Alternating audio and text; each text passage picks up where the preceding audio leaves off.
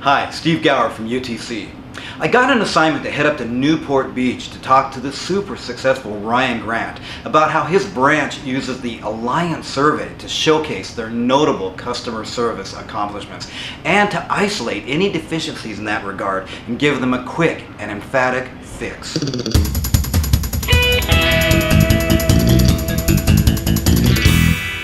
We use Eliant in our day-to-day marketing, mainly because there's nothing better than a third-party testimonial.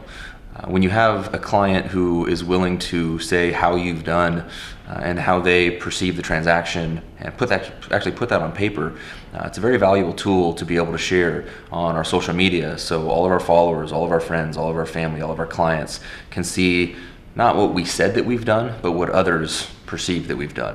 Every time an Eliant survey comes in, whether it's good, bad, or ugly, we always send it to the realtor because we know that if the client has a bad experience, that they're going to tell the referring source. So we want to get ahead of it. We want to let them know why they may have had a bad experience, explain the issues behind if there was a bad experience, and talk about how we can fix it and how we can grow from it. It's something that we don't really talk about with the potential client up front. We know it's going to be happening since the first hello we have with that client. And so we know what expectation that we need to set because we know the questions are going to be asked. So our whole team really works towards a common goal of ensuring that we meet every question that they're going to be asked. You know, are we following up promptly? Are we proactively reaching out to them as opposed to them having to ask us for status? Are we responding to their questions or their emails or their phone calls in a timely manner? Do they trust us? Do they feel confident that we gave them the best service and the best rate? Would they recommend us moving forward? All very powerful questions, and knowing for the 30 days we may be working with that client that those are the questions we want 10 out of 10 on, we have to perform to that standard. Ultimately, we're all selling very equal products. We're all selling very similar terms, very similar rates, very similar costs. So you need a differentiator in this market. You need something to say, this is why you should work with me as opposed to a competitor. And when we give them that concrete information and say, don't take my word for it, take the word of 260 people that used us last year and the collective voice from all of them, and then you can make your decision as to who you should work with. The comments are the most important part, and it's important for the loan officer to ask for actual feedback in the terms of comments.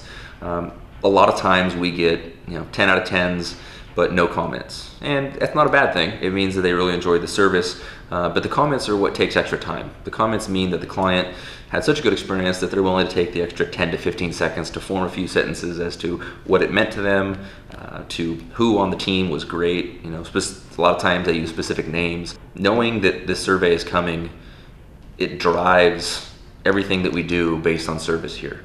One of our mottos is, if we reach out to the client first, it cuts down 10 to 15 minutes a day per phone call. If you had to call me and ask what's the status of the loan, I have to stop what I'm doing, I have to look in your file, I have to kind of look like I'm unprepared and deliver you a message that you may or may not want to receive. However, if I proactively reach out to you in advance, it's a 5-minute conversation, you're thankful that I gave you the status update, and we consider ourselves heroes because at no point in the transaction did you ever have to reach out to us and say, what's happening with my loan?